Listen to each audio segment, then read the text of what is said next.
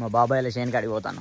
ఇగో ఇది మా బాబాయ్ల చేను మొత్తం కింద పడ్డది. బాబాయ్ నువ్వు ఎంతవరకు చదువుకున్నావే? నేను ఆరానా ఎంపీటీ చదివిన, మాస్టర్ ఆఫ్ ఫిజికల్ ఎడ్యుకేషన్ వైజాగ్లో చదివిన 2 సంవత్సరాలు. మళ్ళీ బీపీఎడ్ 1 సంవత్సరం చదివిన Kulkacherla Parigi mandal. Degree MBN degree కాలేజ్లో చదివిన మంచిర్యాలలో. ఇంటర్మీడియట్ లయోలా జూనియర్ కాలేజ్ కరీంనగర్లో. 10th క్లాస్ ఆశ్రమ హై స్కూల్ మల్కపిల్ల కాసిపేట మండలంలో చదివిన. మన క్వాలిఫికేషన్ బొచ్చడి ఉన్నది కానీ రైతుగా బతుకుదామని వ్యవసాయంలో దిగిన. ఈ వర్షం కారణంగా దేవుడియంగా మనమేం చెప్తాం కానీ చేను మొత్తం గిట్లయింది కానీ బాబాయ్. వర్షాలకు మొత్తం దెబ్బతిన్నది నాన్న. దివులకి ఏ రాలే, దివులో వేయింది 10-15 రోజులు అవుతుంది. మొత్తం రోగం తాకింది, మొత్తం పడ్డది గాలికి. పంట నష్టం బాగా ఈ సంవత్సరం. రైతులు ఎవరున్నా ప్రతి సంవత్సరం ఎంత లేదా బాబాయ్? 15 నుంచి 16-17 వెళ్ళేది. ఈ సంవత్సరం ఎంత వెళ్తా? సంవత్సరం 2 వెళ్తే గొప్పనే. నేను 2 క్వింటాల్ 16 క్వింటాల్ ఎక్కడ, 2 క్వింటాల్ ఎక్కడ ఖర్చు వెళ్తుందా బాబాయ్ దీనికి పెట్టింది? ఖర్చు 30 నుంచి 40 వేలు వచ్చింది నాన్న. 20 వేలు వస్తే చాలు బాబాయ్. ఇలా చూస్తే మనూరు మొత్తం కనబడుతుంది. మనూరు కాదు, మన తెలంగాణ మొత్తం కనబడుతుంది బాబాయ్. మరి పత్తికి నష్టపరిహారం ఎట్నే? నష్టపరిహారం ఇంతమందికి రైతులు గవర్నమెంట్ ఇస్తుందో గ్యారంటీ లేదు కానీ